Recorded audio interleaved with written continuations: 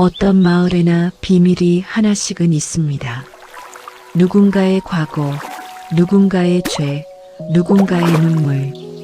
그리고 그 비밀이 너무 무거울 때 땅이 기억하고, 물이 기억하고, 나무가 기억합니다. 조선 중엽 어느 산골 마을 한가운데에 연못이 하나 있었습니다. 마을 사람들은 그 연못을 거울못이라 불렀습니다. 수심이 얼마나 되는지 아무도 몰랐습니다. 긴 장대를 꽂아도 바닥이 닿지 않는다 했고, 한겨울에도 얼지 않아 수면은 언제나 반들반들 빛났습니다. 바람 한 점 없는 날이면 연못은 완벽한 거울이 되었습니다. 하늘이 담기고 구름이 담기고 그 가장자리에 서는 사람의 얼굴이 담겼습니다. 그런데 마을 어르신들 사이에는 이런 말이 전해졌습니다. 거울못은 진짜 얼굴을 비춘다. 마음이 더러운 사람이 거울못 앞에 서면 자신의 얼굴이 보이지 않는다. 대신 물속 깊은 곳에서 다른 무언가가 올려다본다. 어린아이들은 그 말이 무섭다며 연못 근처에 가지 않으려 했습니다. 어른들은 그저 오래된 말이라며 웃어 넘겼습니다. 그 말이 진실이었는지 거짓이었는지 마을 사람들은 한여름이 지나고 나서야 알게 되었습니다. 온몸의 피가 식어버릴 것 같은 어느 가을밤, 연못 바닥에서 빛이 솟아오른 그날 밤 이후에야 설아는 그 마을에서 태어났습니다. 아버지 오첨지가 이름을 지어주었습니다. 태어나던 날 밤 창호지 너머로 한방눈이 쏟아졌다 하여 눈꽃이라는 뜻으로 설아라 했지요. 설아가 기억하는 어머니는 언제나 노란 저고리를 입고 있었습니다. 부드러운 목소리로 자장가를 불러주던 어머니, 마당에서 고추를 다듬다가 설아가 넘어지면 달려와 무릎을 호 불어주던 어머니, 봄이면 진달래를 꺾어다 설아 머리에 꽂아주던 어머니. 어머니는 손재주가 좋았습니다. 색실로 놀이개를 만들고 삼배를 짜고 보자기에 꽃을 쑤 놓았습니다. 어머니가 만든 것들은 어딘가 달랐습니다. 밥 먹다가 옆에 앉아 바라봐도 눈이 즐거워지는 그런 것들이었지요. 설아가 6살 되던 해봄, 어머니는 설아에게 무언가를 만들어 주었습니다. 손바닥만 한 비단 놀이개였습니다. 겉은 은빛 비단이었고 안에는 솜과 함께 작은 조약돌 하나가 들어 있었습니다. 거울목가에서 어머니가 직접 주운 돌이었습니다. 표면이 매끈하고 빛에 따라 다른 빛깔로 반짝이는 돌. 이게 뭐예요, 어머니? 어머니는 설아의 손에 놀이개를 쥐어주며 말했습니다. 이건 엄마 마음이야. 설아가 힘들 때 꽉 쥐면 엄마가 알아. 설아는 그 말이 무슨 뜻인지 완전히 이해하지 못했습니다. 그냥 예쁜 놀이개라고 생각했습니다. 그러나 2해 뒤에 그 말을 이해하게 되었습니다. 설아가 8살 되던 해 늦가을, 어머니가 열병으로 눕고 말았습니다. 처음엔 가벼운 몸살인 줄 알았습니다. 사흘만 누우면 일어날 것이라 했습니다. 그런데 사흘이 지나도 닷새가 지나도 어머니는 일어나지 못했습니다. 아버지가 의원을 불렀습니다. 의원이 고개를 흔들었습니다. 어머니가 돌아가시던 날 밤 설아는 어머니 손을 잡고 있었습니다. 차가워지는 손을 느끼면서도 설아는 놓지 않았습니다. 그날 밤 내내 설아는 놀이개를 꽉 쥐었습니다. 어머니가 알아주기를 바라면서 그 뒤로 설아는 그 놀이개를 한시도 몸에서 떼지 않았습니다. 치마 속 깊이 넣어두고 힘든 날이면 손을 집어넣어 꽉 쥐었습니다. 차갑고 매끈한 돌의 감촉이 손바닥에 닿을 때면 이상하게 마음이 조금 가라앉았습니다. 아버지 오첨지는 설아가 10살 되던 해에 새 여인을 맞았습니다. 이름은 홍씨. 이웃 고을에서 온 과부로 딸 하나를 데리고 왔습니다. 그 딸의 이름이 매화였습니다. 홍씨가 처음 왔을 때 설아는 문 뒤에 숨어서 그녀를 바라봤습니다. 홍씨는 키가 크고 눈매가 날카로운 여인이었습니다. 웃을 때는 인상이 부드러워 보였지만 웃지 않을 때는 어딘가 서늘했습니다. 그리고 눈이 언제나 무언가를 재고 있는 것 같았습니다. 방 안을 둘러보며 세간을 눈여겨보고 마당을 보며 크기를 가늠하고 설아를 보며 무언가를 계산하는 듯한 눈. 아버지는 행복해 보였습니다. 그것만으로도 설아는 홍씨가 반가웠습니다. 아버지가 오래 슬퍼하는 게 설아는 싫었으니까요. 첫 며칠은 좋았습니다. 홍씨는 부드럽게 말을 걸었고 설아가 밥을 지으면 맛있다고 했으며 매화에게는 설아 언니와 사이좋게 지내라고 했습니다. 그러나 한 달이 지났습니다. 그리고 홍씨의 가면이 조금씩 벗겨지기 시작했습니다. 처음에는 작은 것이었습니다. 밥이 질다, 물이 넘쳤다, 신발이 더럽다. 설아가 무엇을 해도 흠이 있었습니다. 그것도 아버지가 없을 때만이었습니다.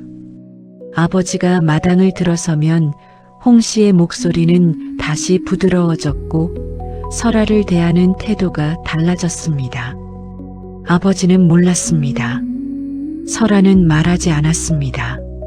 새 어머니와 아버지가 싸우는 것이 두려웠고 무엇보다 아버지를 걱정시키고 싶지 않았습니다. 석 달이 지났습니다. 홍씨는 더 이상 가면을 쓰지 않았습니다. 설아의 밥그릇은 작아졌습니다.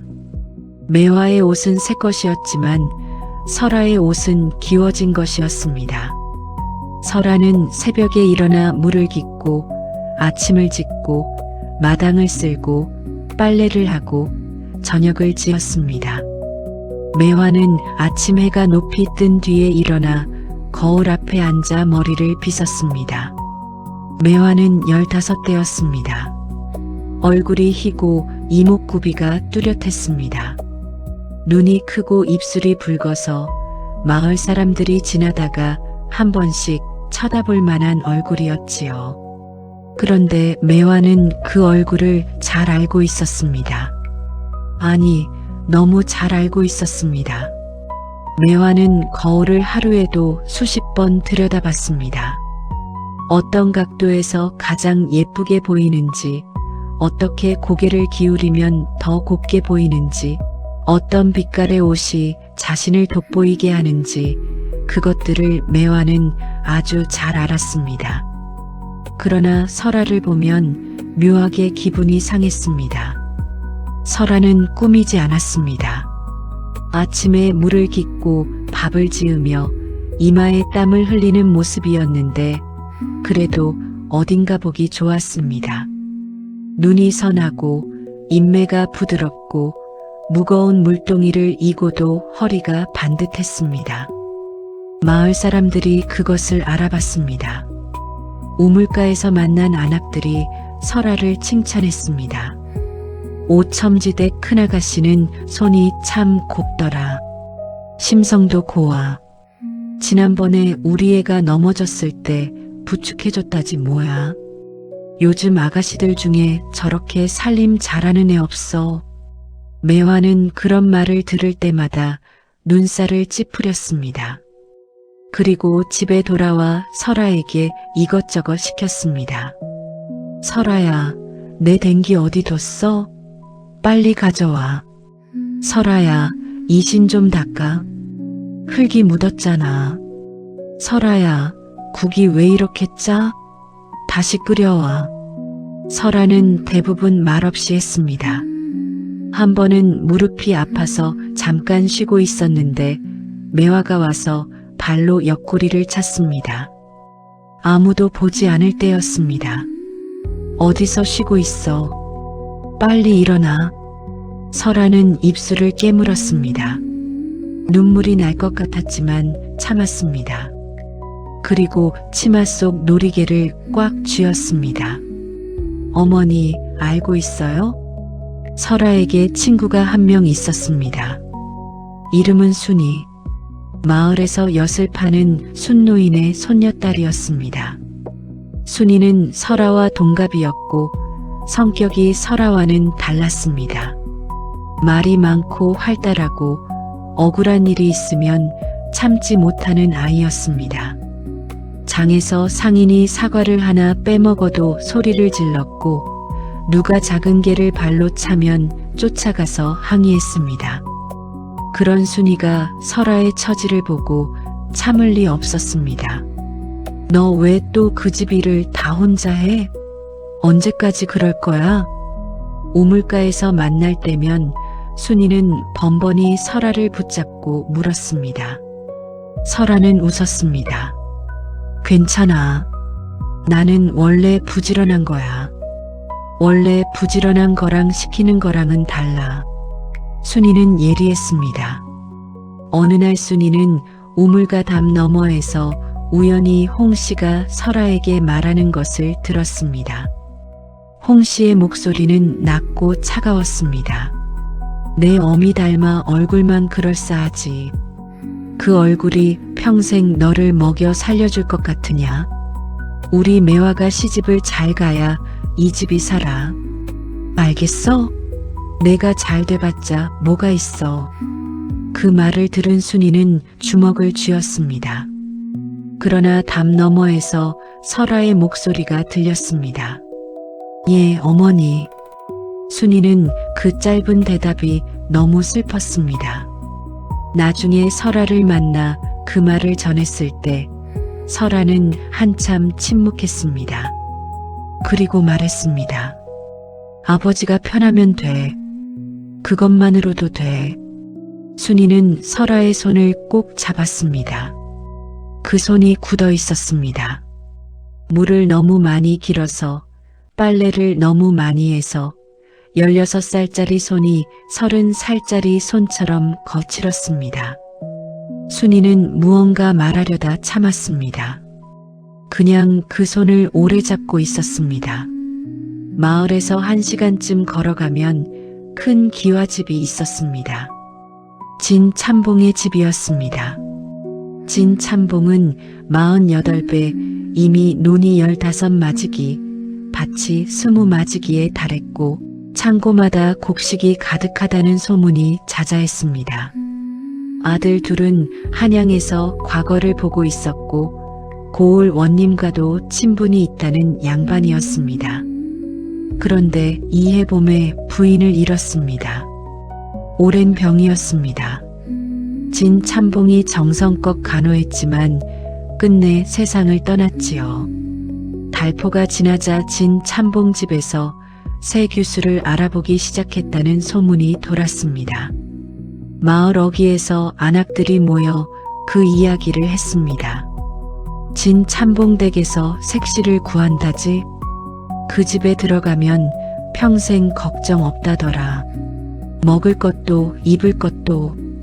어느 집 딸이 들어가나 보자. 그 이야기를 홍씨가 들었습니다. 홍씨의 눈이 번뜩였습니다. 그날 밤 홍씨는 홀로 앉아 오래 생각했습니다. 매화가 진참봉댁에 들어가면 됩니다.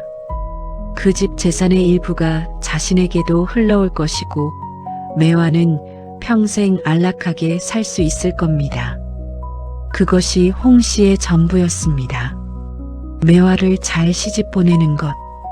그러나 얼마 지나지 않아 문제가 생겼습니다.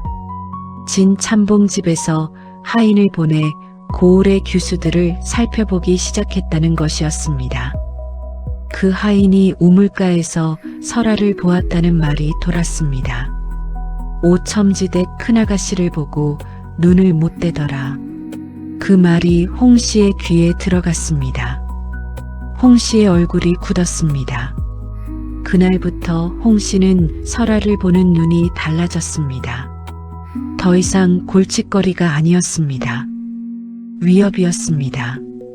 잔칫날이 열흘 앞으로 다가온 어느 아침이었습니다. 진 참봉댁에서 공식적으로 오첨지댁에 혼담을 넣었습니다. 오시댁 교수를 보고 싶다는 말이었습니다. 아버지는 기뻐했습니다. 딸을 좋은 집안에 보낼 수 있다는 것이 기뻤겠지요. 그러나 홍 씨의 기쁨은 달랐습니다. 홍 씨에게 오시댁 교수는 매화여야 했습니다. 홍 씨는 아버지가 배를 타고 나간 날을 기다렸습니다. 그리고 설아를 불렀습니다. 설아야. 예, 어머니. 오늘 할 일이 있다. 뒤란 장독대 봤지? 거기 큰 항아리 하나 있어. 밑에 구멍이 났거든.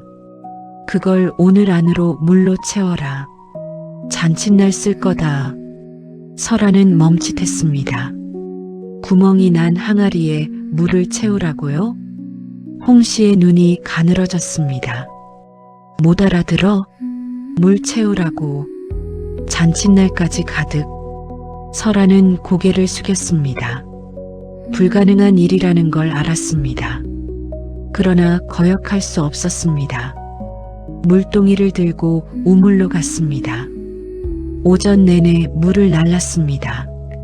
부어도 항아리 바닥의 구멍으로 물이 빠져나갔습니다. 해가 중천이 될 때쯤엔 어깨가 빠질 것 같았고 손바닥에 물집이 잡혔습니다. 발이 미끄러져 무릎을 꿇었을 때 눈물이 났습니다. 그때였습니다. 돌담 아래에서 소리가 났습니다. 축축한 돌 틈에서 두꺼비 한 마리가 나왔습니다. 설아는 숨을 멈췄습니다. 보통 두꺼비가 아니었습니다. 크기가 어른 주먹만 했고 등에는 울퉁불퉁 무늬가 또렷했으며 움직임이 이상하게 느리고 의젓했습니다. 그리고 눈이 금빛이었습니다. 노란 것이 아니라 정말 금빛으로 반짝이는 그런 눈. 두꺼비는 설아를 보지 않았습니다. 항아리를 봤습니다. 그리고 천천히, 아주 천천히 항아리 쪽으로 걸어갔습니다. 구멍 앞에 멈췄습니다. 그리고 앉았습니다. 설아는 망설이다 물을 부었습니다. 물이 빠지지 않았습니다. 두꺼비가 구멍을 막고 있었습니다. 온몸으로. 설아의 눈이 커졌습니다. 다시 물동이를 들고 우물로 달려갔다 왔습니다. 부었습니다. 빠지지 않았습니다. 다시, 또다시. 해가 기울 때쯤 항아리가 절반을 넘었습니다. 해가 지기 전에 가득 찼습니다. 설아는 두꺼비 앞에 쭈그려 앉았습니다. 고마워. 두꺼비의 금빛 눈이 한번 깜빡였습니다. 그리고 천천히 돌담 쪽으로 걸어가더니 돌틈 사이로 사라졌습니다. 설아는 한참 그 자리를 바라봤습니다. 이상한 느낌이었습니다. 슬프고 따뜻하고 무언가 불안한 느낌. 마치 작별 인사를 받은 것 같은 느낌. 그날 밤 설아는 꿈을 꾸었습니다. 꿈속에서 어머니가 노란 저고리를 입고 서 있었습니다. 어머니의 눈이 금빛이었습니다. 어머니는 아무 말도 하지 않았습니다. 다만 설아의 손을 잡고 고개를 흔들었습니다. 안 된다는 뜻처럼, 가지 말라는 뜻처럼. 설아는 꿈속에서도 무슨 뜻인지 이해하지 못했습니다. 7장 꿈의 경고. 잔칫날이 사흘 앞으로 다가온 날 밤이었습니다. 설아는 또 꿈을 꾸었습니다. 이번 꿈은 달랐습니다. 꿈속은 낮이 아니었습니다. 어두운 숲이었습니다. 나무들이 빽빽한 낯선 숲. 그런데 그 숲 한가운데에 거울못이 있었습니다. 설아는 목가에 서 있었습니다. 수면은 잔잔했습니다. 그런데 이상했습니다. 하늘이 보여야 하는데 수면에 하늘이 없었습니다. 대신 물속에서 빛이 올라왔습니다. 희고 차가운 빛. 설아가 그 빛을 들여다보려고 몸을 숙이는 순간 어머니의 목소리가 들렸습니다. 설아야, 거울못에 가지 마라. 설아가 고개를 돌렸습니다. 어머니가 저쪽 나무 옆에 서 있었습니다. 노란 저고리를 입었는데 저고리가 젖어 있었습니다. 마치 물에서 막 나온 것처럼. 어머니, 왜요? 가면 안 된다. 거기 가면 안 돼. 왜 가면 안 돼요? 어머니가 설아를 보며 눈물을 흘렸습니다. 눈물이 아래로 떨어지지 않고 위로 올라갔습니다. 마치 물속에서 공기방울이 올라가듯이. 엄마가 못 지켜줬어. 미안해. 하지만 거기는 안 돼. 거울못은 안 돼. 설아가 손을 뻗었습니다. 어머니께 닿으려고. 그 순간 등 뒤에서 무언가 밀었습니다. 설아는 연못 속으로 떨어졌습니다. 물이 온몸을 감쌌습니다. 차가웠습니다. 숨이 막혔습니다. 설아는 비명을 지르며 깨어났습니다. 밤이었습니다. 방 안은 고요했습니다. 땀이 등을 적시고 있었습니다. 설아는 한참 동안 가슴을 쓸어내렸습니다. 치마 속 놀이개를 꽉 쥐었습니다. 꿈이라고 생각했습니다. 그냥 꿈이라고. 그러나 이상하게 그 차가운 물의 감촉이 손바닥에 남아 있었습니다. 꿈에서 깬 뒤에도 한참 동안. 잔칫날 이틀 전이었습니다. 홍 씨는 밤새 잠을 자지 못했습니다. 진 참봉대 카인이 설아를 봤다는 말이 머릿속을 떠나지 않았습니다. 사람들이 설아를 칭찬하는 말들이 떠나지 않았습니다. 진 참봉댁에서 오시댁 교수를 보고 싶다고 했을 때 혹시 그 교수가 매화가 아니라 설아를 지칭하는 것은 아닐까 하는 생각. 만약 진 참봉이 설아를 원한다면 모든 것이 무너집니다. 홍 씨는 새벽녘에 결심했습니다. 설아를 없애야 합니다. 잔칫날 전에. 방법은 간단했습니다. 거울못. 마을에서 조금 떨어진 숲속 연못. 혼자 가는 길. 깊이를 알 수 없는 물. 다음 날 홍 씨는 매화를 불렀습니다. 방문을 꼭 닫았습니다. 목소리를 낮췄습니다. 매화야, 내일 내가 해야 할 일이 있어. 매화가 고개를 들었습니다. 무슨 일이요? 홍 씨가 말했습니다. 매화의 낯빛이 처음엔 놀랐다가 굳었다가 마침내 천천히 고개를 끄덕였습니다. 그날 밤 매화는 거울을 오래 들여다봤습니다. 자신의 얼굴을 봤습니다. 그리고 생각했습니다. 진 참봉댁, 논 15 맞이기, 새 옷, 새 신, 좋은 음식. 그것만 생각했습니다. 나머지는 생각하지 않으려 했습니다. 잔칫날 전날 저녁이었습니다. 순이는 할머니 심부름으로 홍씨 댁에 엿을 가져다 주러 왔습니다. 대문 앞에서 안으로 들어서려는데 사랑채 쪽에서 낮은 목소리가 들렸습니다. 홍씨의 목소리였습니다. 순이는 걸음을 멈췄습니다. 내일 새벽 일찍 설아를 보내. 거울못으로. 잔칫날 쓸 물을 거기서 길어와야 한다고 해. 그리고 너는 따라가서. 그 뒤 말들이 더 낮아졌습니다. 순이는 귀를 세웠지만 들을 수 없었습니다. 그러나 이미 들은 것만으로 충분했습니다. 순이의 가슴이 쿵 내려앉았습니다. 옆 바구니를 안고 돌아서서 뛰었습니다. 설아를 찾아야 했습니다. 설아네 집 뒤란에서 설아가 빨래를 걷고 있었습니다. 설아야, 설아야, 잠깐. 순이가 설아의 팔을 잡았습니다. 숨을 고르며 말했습니다. 내일 거울못에 가지 마. 제발 거기 가지 마. 설아가 놀란 눈으로 순이를 봤습니다. 무슨 말이야? 순이가 방금 들은 것을 말했습니다. 홍 씨의 목소리, 거울못, 설아를 보내는 것. 설아는 한참 동안 말이 없었습니다. 그리고 천천히 말했습니다. 괜찮아, 순이야. 어머니가 물을 길러오라 하시면 가야지. 괜찮긴 뭐가 괜찮아. 내가 들었다고 뭔가 이상한 거야. 설아가 순이의 손을 잡았습니다.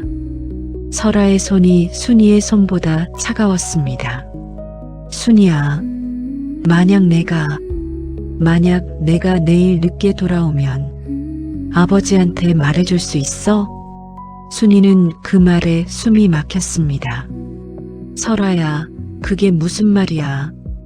왜 그런 말을? 그냥 만약에 아버지가 배에서 돌아오시면 말해줘. 내가 거울못에 갔다고. 순이는 설아의 얼굴을 봤습니다. 설아가 알고 있었습니다. 무슨 일이 일어날지를. 그러면서도 가려하고 있었습니다. 왜 그러는 거야? 왜 그냥 가지 않아? 아버지가 이 집에 살잖아. 내가 없어지면 아버지가 더 외로우실 것 같아서. 순이는 울었습니다. 설아의 손을 오래 잡고 울었습니다. 설아는 울지 않았습니다. 그냥 순이의 머리를 쓸어내렸습니다. 마치 설아가 위로를 해주는 것처럼. 잔칫날 새벽, 아버지 오첨지는 전날 밤 배를 타고 나갔습니다. 홍 씨가 새벽에 먼 바다에서 싱싱한 것을 사다 잔칫날 쓰라 했던 것이었습니다. 홍 씨가 설아를 불렀습니다.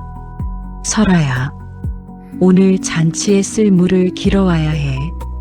거울못 물이 가장 깨끗하니 거기 가서 큰 물동이에 가득 담아와. 설아는 고개를 끄덕였습니다. 눈을 마주치지 않았습니다. 설아는 방에 혼자 들어가 놀이개를 꺼냈습니다. 은빛 비단이 손때가 묻어 낡아 있었습니다.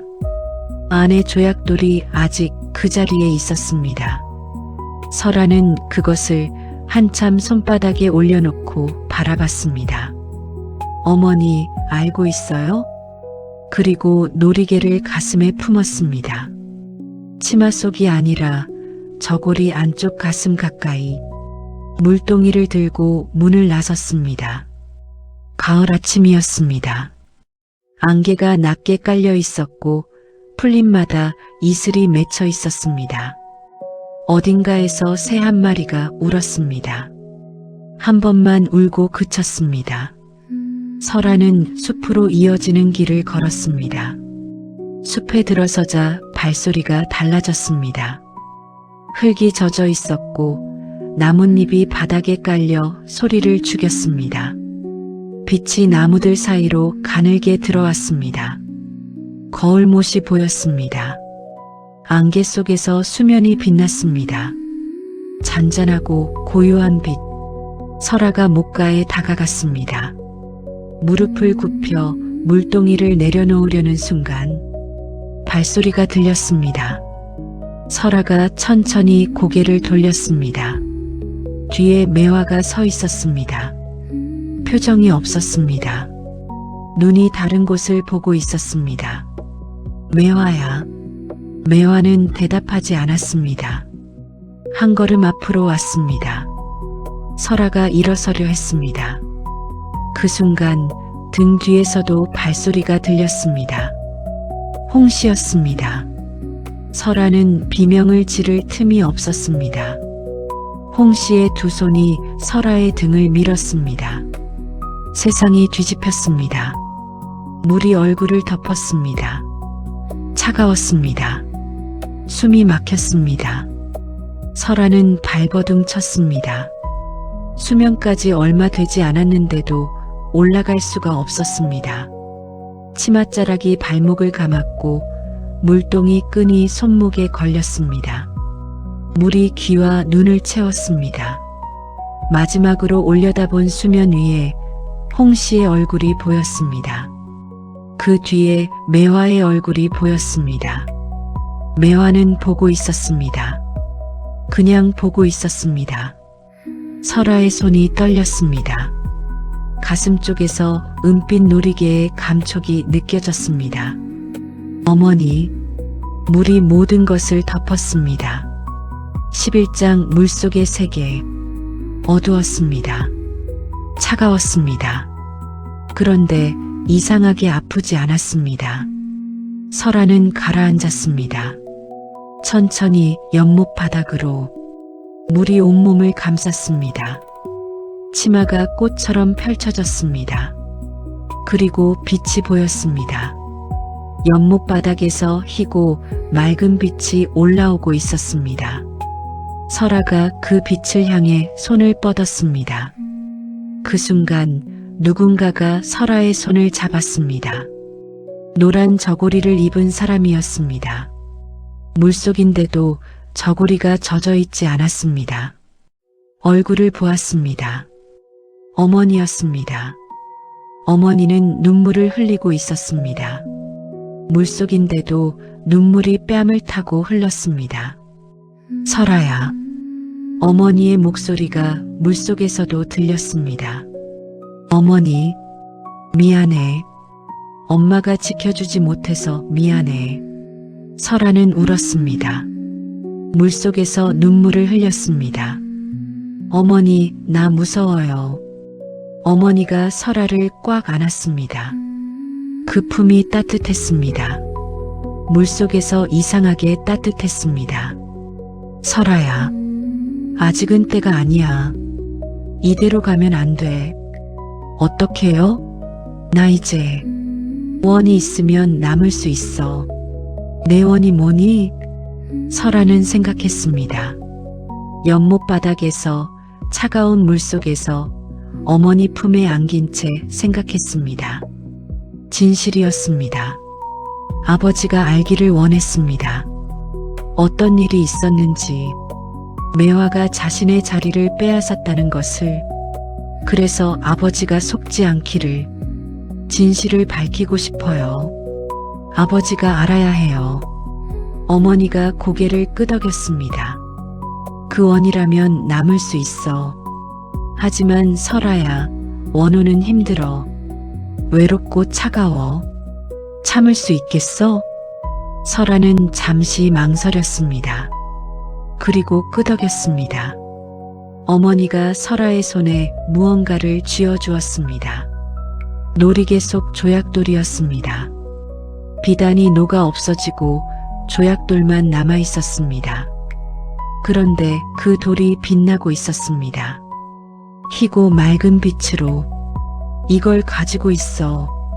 때가 되면 이걸 통해 나올 수 있어. 어머니의 형체가 흐려졌습니다. 설아가 손을 뻗었지만 잡을 수 없었습니다. 어머니, 기다려. 때가 온다. 어머니가 사라졌습니다. 설아는 연못 바닥에 혼자 남았습니다. 손에 빛나는 돌을 쥔 채 그리고 기다리기 시작했습니다. 빛이 점점 강해졌습니다. 설아의 몸이 그 빛 속으로 스며들었습니다. 마치 불꽃이 꺼지듯이, 그러나 다른 형태로 남듯이. 홍 씨는 침착했습니다. 연못가에서 돌아오자마자 손을 씻고 매화를 불러 설아의 옷을 가져왔습니다. 설아의 저고리, 설아의 치마, 설아의 댕기끈, 매화가 그것들을 입었습니다. 손이 조금 떨렸습니다. 손 떨지 마. 들키면 다 끝나. 홍 씨가 매화의 머리를 빗겨 올렸습니다. 설아가 하던 방식으로, 설아처럼 보이게. 진 참봉댁 혼례는 그날 오시에 시작되었습니다. 하얀 화관을 쓴 매화가 가마에 올랐습니다. 홍 씨는 문 앞에서 그 뒷모습을 보며 긴 숨을 내쉬었습니다. 마을 사람들이 구경을 나왔습니다. 오첨지대 큰아가씨가 진 참봉댁에 가는구나. 아이고, 복도 많지. 그 집에 들어가면 평생 호강하며 살 거 아니야. 아무도 의심하지 않았습니다. 매화가 설아의 옷을 입고 설아의 자리로 가는 것을 홀레는 무사히 마쳤습니다. 진 참봉은 새색 씨의 얼굴을 보고 흡족해했습니다. 그런데 그날 밤 진 참봉은 이상한 느낌을 받았습니다. 신부방 옆을 지나가는데 방문 밑 틈 사이로 무언가 새어나왔습니다. 빛이었습니다. 아주 희미한 창호지에 비치는 것도 아닌 문틈으로만 새어나오는 차갑고 흰 빛. 진 참봉이 문을 열었습니다. 신부는 구석에 무릎을 안고 앉아 있었습니다. 고개를 숙이고 빛은 없었습니다. 색시 불을 꺼놓았어도 될 만큼 밝았는데 매화가 고개를 들었습니다. 잘못 보신 것입니다. 진 참봉은 고개를 끄덕였습니다. 그러나 그 밤 잠을 쉽게 이루지 못했습니다. 눈을 감으면 희고 차가운 무언가가 보이는 것 같았습니다. 홀레 다음 날 새벽이었습니다.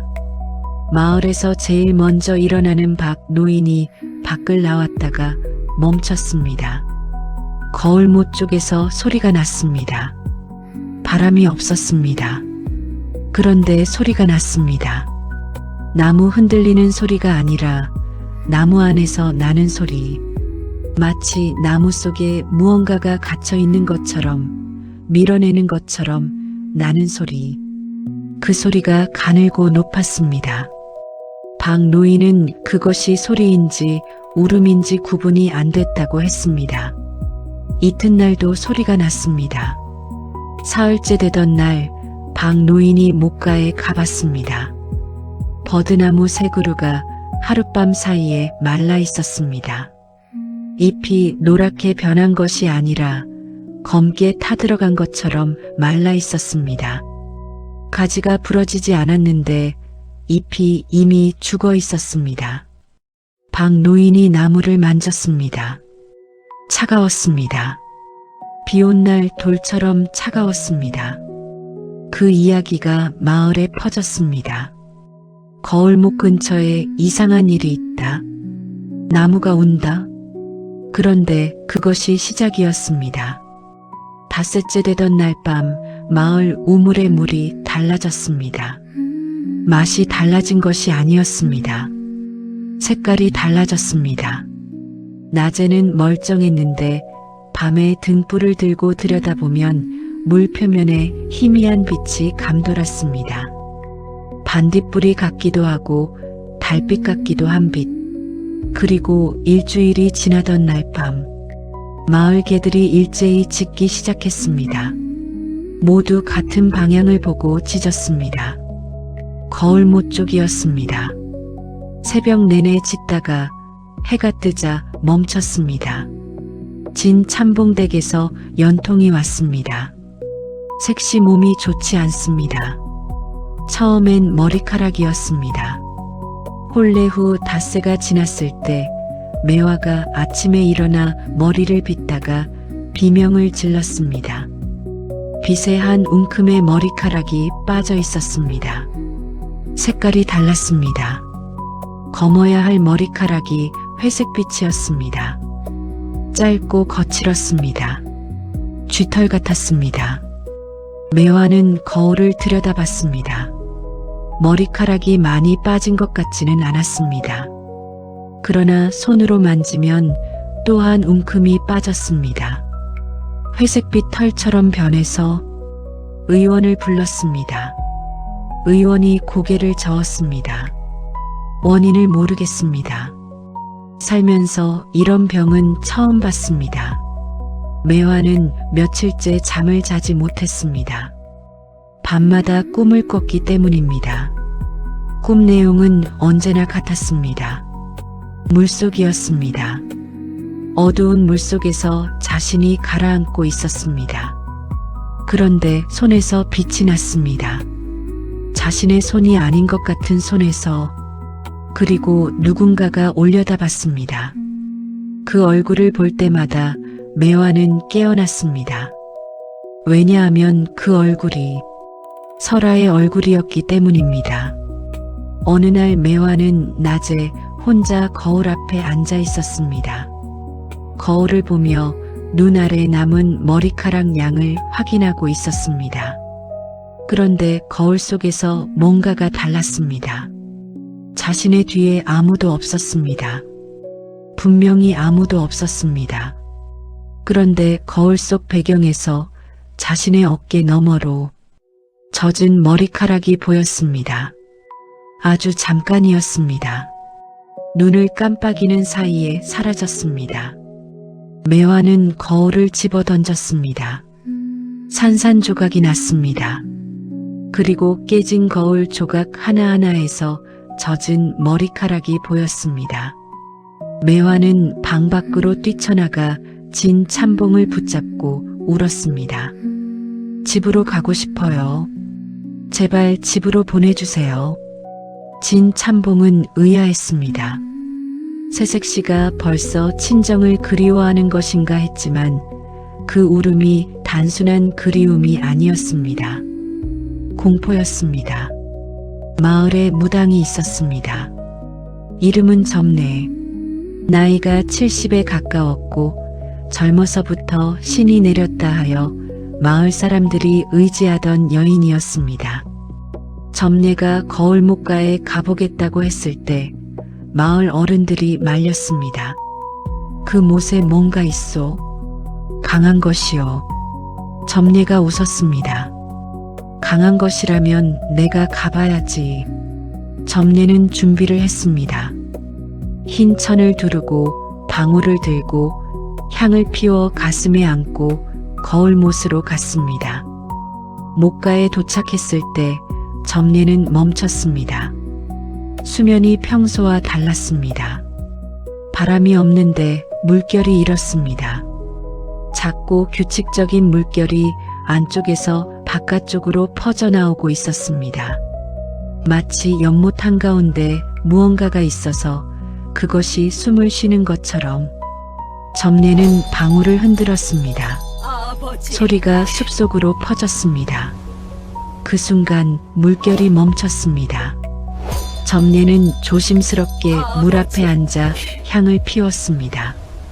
그리고 중얼거렸습니다. 누가 있느냐? 이 못에 누가 있느냐? 살아서 억울히 죽은 자가 있느냐? 원이 있으면 내게 말해보거라. 한참이 지났습니다. 그런데 이상한 일이 일어났습니다. 점례의 방울이 저절로 흔들렸습니다. 점례가 잡고 있는데도 손이 아닌 다른 힘으로 흔들렸습니다. 그리고 방울 소리가 변했습니다. 방울 소리 속에 다른 소리가 섞였습니다. 가늘고 여린 소리, 사람 목소리 같은 소리. 아버지. 점례는 그 소리를 들었습니다. 분명히 들었습니다. 그리고 또 다른 것을 느꼈습니다. 슬픔이었습니다. 자신의 것이 아닌 슬픔이, 갑자기 가슴이 터질 것 같은 슬픔이 몰려왔습니다. 눈물이 났습니다. 왜 우는지 자신도 모르는 눈물이. 점례는 한참 그 자리에 앉아 울었습니다. 그리고 마을로 돌아와 박 노인을 찾았습니다. 그 못에 원혼이 있어요. 억울하게 죽은 원혼. 그런데요? 그 혼이 원하는 게 있어. 아직 못한 게 있어서 남아있는 거예요. 그게 뭔지는 모르겠어요. 하지만 때가 되면 알게 될 겁니다. 그 원혼이 누구의 것이오? 점례가 긴 침묵 끝에 말했습니다. 어린 여자애예요. 아직 어린. 그리고 이 마을 사람이에요. 분명히 박 노인의 얼굴이 굳었습니다. 마을에서 사라진 어린 여자애. 그는 설아를 생각했습니다. 잔칫날 이후로 보이지 않는 설아를. 오첨지가 배에서 돌아온 것은 잔칫날 이틀 후였습니다. 집에 돌아오자 설아가 없었습니다. 설아가 어디 있어? 홍 씨가 태연하게 말했습니다. 마을 친구네 갔나 봐요. 요즘 자주 거기서 자고 오더라고. 오첨지는 이상했습니다. 설아가 친구 집에서 자는 경우는 없었습니다. 아버지 혼자 두기 싫어서 늘 일찍 집에 들어오던 아이였습니다. 이틀이 지났습니다. 설아가 돌아오지 않았습니다. 사흘이 지났습니다. 여전히 없었습니다. 오첨지가 마을을 돌아다니며 설아를 찾기 시작했습니다. 그때 순이가 오첨지를 붙잡았습니다. 순이의 눈이 벌겋게 충혈되어 있었습니다. 며칠째 울었다는 것을 알 수 있었습니다. 설아 아버지. 순이는 목이 메었습니다. 그리고 털어놓았습니다. 잔칫날 전날 저녁 담 너머에서 들은 홍 씨의 목소리를, 설아에게 경고했던 것을, 설아가 아버지한테 전해달라 했던 말을. 설아가 뭐라고 했어? 만약 자기가 늦게 돌아오면 아버지한테 자기가 거울못에 갔다고 전하라 했어요. 오첨지의 얼굴이 하얗게 변했습니다. 거울못? 잔칫날 아침에 홍 씨가 설아를 거울못에 보냈어요. 저는 설아한테 가지 말라고 했는데 설아가 그래도 가겠다고. 순이가 울었습니다. 제가 막았어야 했는데, 제가 좀 더 가지 말라고 말렸어야 했는데. 오첨지는 아무 말도 하지 못했습니다. 한참 서 있다가 집으로 뛰어갔습니다. 방으로 들어가 홍 씨를 마주했습니다. 설아가 잔칫날 거울못에 갔어요? 홍 씨가 눈을 내리깔았습니다. 물을 길러 보냈어요. 잔칫날 물이 필요해서. 그리고 돌아오지 않았는데 왜 나한테 말 안 했어? 홍 씨가 잠시 침묵했습니다. 어디서 자고 오겠거니 했지요. 오첨지는 그 말이 거짓말이라는 것을 처음으로 확실히 느꼈습니다. 눈이 달랐습니다. 말하는 방식이 달랐습니다. 무언가를 감추고 있다는 것을. 진참봉은 눈치가 빠른 사람이었습니다. 장사를 오래 한 사람 특유의 눈치였습니다. 사람을 보면 어느 정도 읽히는 그런 감각. 새색시가 이상했습니다. 처음부터 무언가 어긋나 있었습니다. 말이 없는 것은 그렇다 칩시다. 겁이 많은 것도 그렇다 칩시다. 그런데 이름을 불러도 가끔 대답이 늦었습니다. 마치 자기 이름인 줄 모르는 것처럼. 어느 날 진참봉이 말을 건넸습니다. 색시, 어릴 때 집에서 뭘 제일 좋아했어? 매화가 잠시 멈췄습니다. 빨래 같은 것을 좋아했습니다. 진참봉이 고개를 갸웃했습니다. 빨래를? 그게 재미있어? 매화가 얼굴이 굳었습니다. 그 대답이 자신의 것이 아니었습니다. 설아를 생각하고 무심코 설아의 것을 말해버린 것이었습니다. 아니요. 그게 아니라 꽃을 보는 것을 좋아했습니다. 진참봉은 그냥 넘어갔습니다. 그러나 기억해 두었습니다. 며칠 후 진참봉은 혼담을 넣었던 집안 어른에게 조용히 사람을 보냈습니다. 오첨지댁 큰아가씨가 설아라 했는데 나이와 생김을 다시 한번 확인해 주시오. 사람이 다녀왔습니다. 그리고 말했습니다. 오첨지댁 큰아가씨 설아는 잔칫날 이후로 보이지 않는다 합니다. 마을 사람들이 찾고 있다 하던데요. 진참봉은 그 자리에서 오래 침묵했습니다. 그리고 중얼거렸습니다. 그렇다면 내 집에 있는 저 색시는? 그날 이후 진 참봉은 매화를 다른 눈으로 보기 시작했습니다. 매화가 밤마다 꾸는 꿈의 이야기를, 머리카락이 빠지는 것을, 거울을 보지 못하는 것을 하나씩 다시 생각했습니다. 무언가 깊이 잘못된 일이 있다는 것을 느꼈습니다. 박 노인이 마을 사람들을 불러 모았습니다. 오첨지가 나왔습니다. 점례가 나왔습니다. 마을 사내들이 나왔습니다. 거울못을 파봐야 하오. 아무도 선뜻 나서지 않았습니다. 다들 두려웠습니다. 오첨지가 먼저 삽을 들었습니다.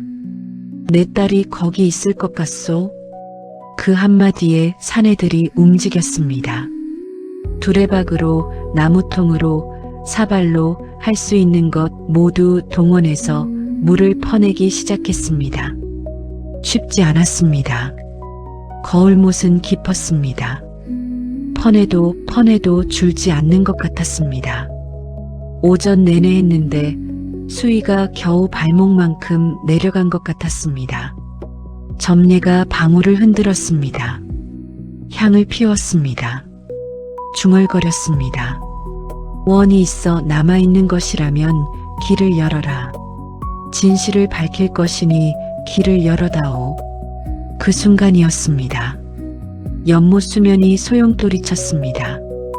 바깥에서 안으로 모든 물이 중심으로 빨려 들어가는 것처럼, 그리고 물이 줄기 시작했습니다.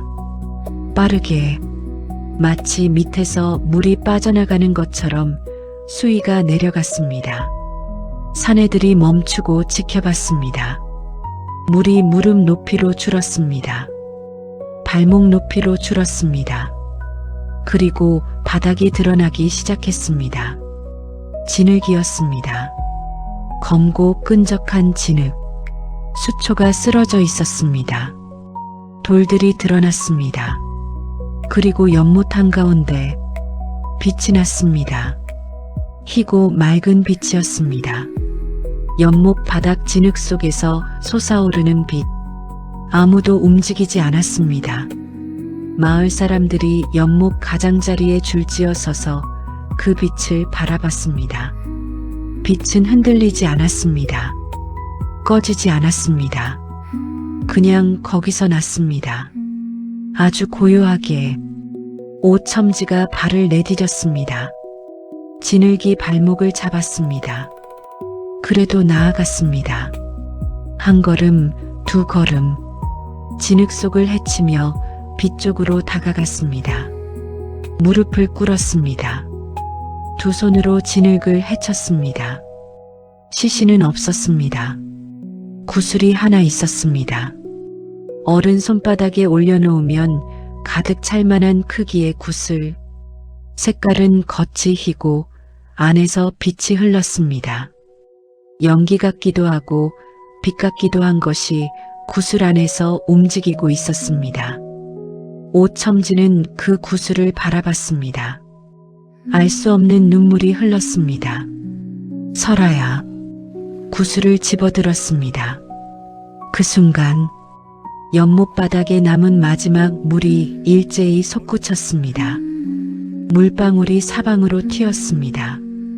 안개처럼 하얀 것이 연못 전체를 감쌌습니다. 사람들이 뒤로 물러섰습니다. 안개 속에서 설아가 나타났습니다. 걸어 나온 것이 아니었습니다. 안개가 모인 자리에서 형체가 생겼습니다.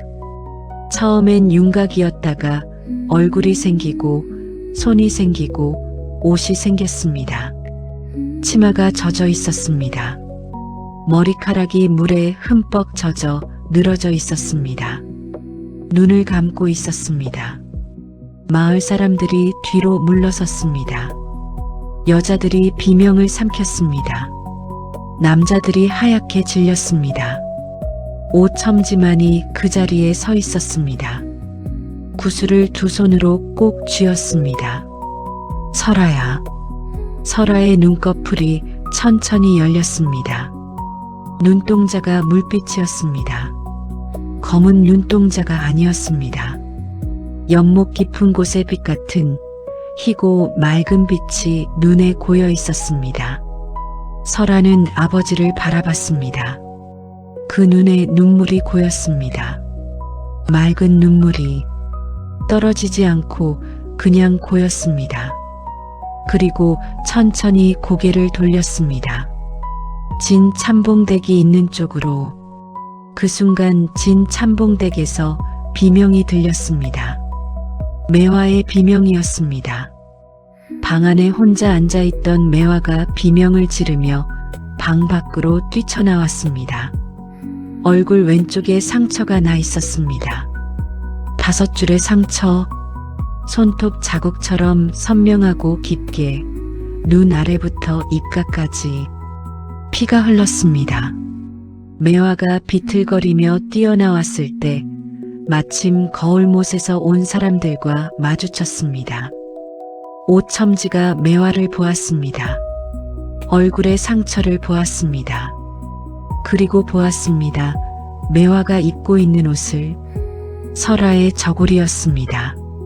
가슴 쪽 수가 놓인 부분, 아내가 오래전에 만들어준 수 문양.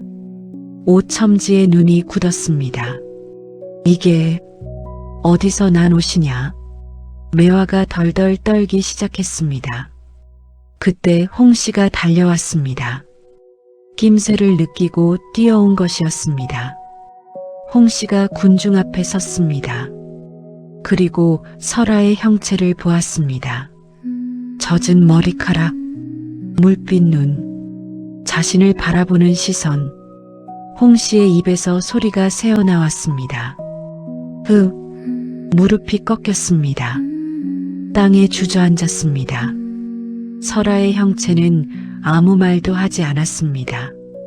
그냥 바라봤습니다. 홍씨를, 매화를. 그 시선 하나로 충분했습니다. 홍씨가 울기 시작했습니다. 그리고 말했습니다.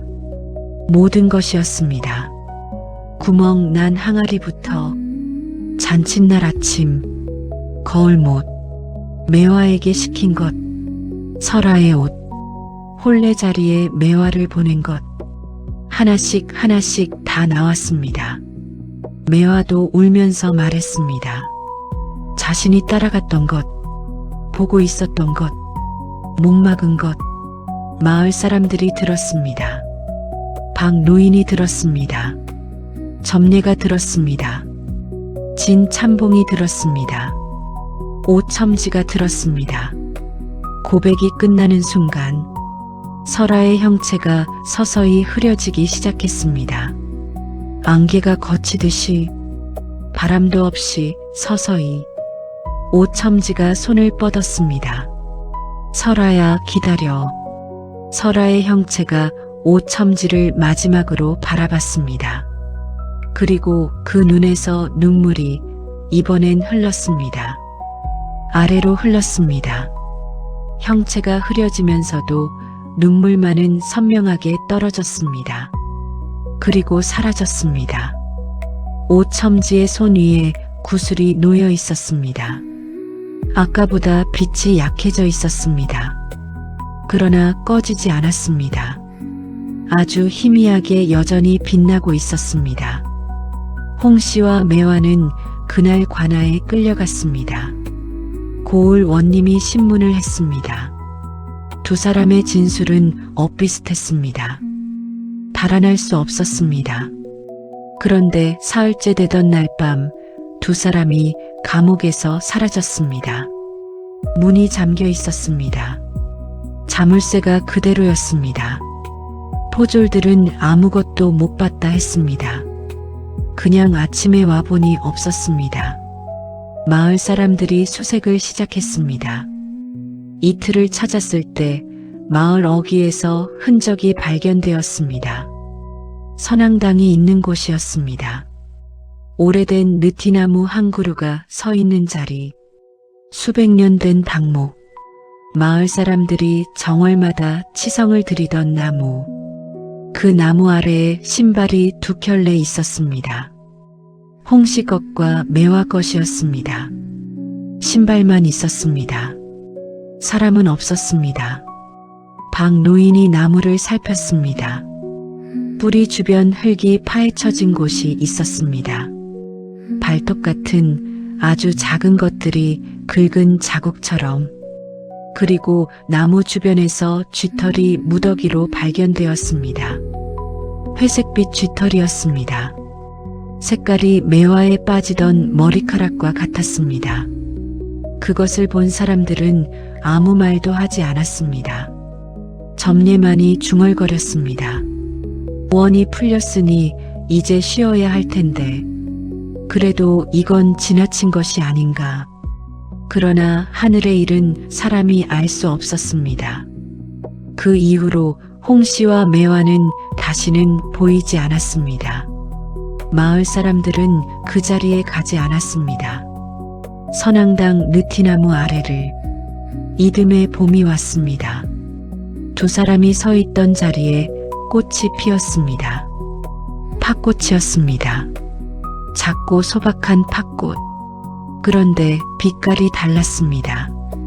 보통 팥꽃보다 훨씬 짙었습니다.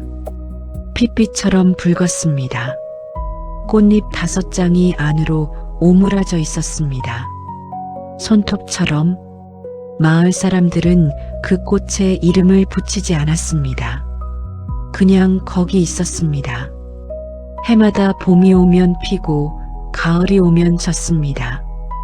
기억하는 것처럼 오첨지는 거울 목가에 작은 묘를 썼습니다. 시신이 없었으므로 빛이 닿은 구슬을 묻었습니다. 날마다 그 앞에 밥 한 공기를 올렸습니다.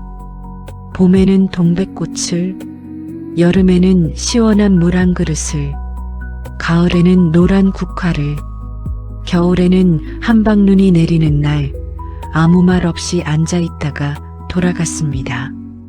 그는 다시 배를 탔습니다. 멀리 나가지 않고 가까운 곳을 돌았습니다. 저녁이 되면 반드시 돌아왔습니다. 돌아오면 묘 앞에 앉아 그날 있었던 일을 말해주었습니다. 바다가 잔잔했다거나 물고기가 많이 잡혔다거나 오늘 순이를 만났다거나. 순이는 가끔 그 옆에 함께 앉았습니다. 두 사람은 말이 없었습니다. 그냥 거기 앉아 있었습니다. 거울못은 여전히 거기 있었습니다. 그런데 한 가지가 달라졌습니다.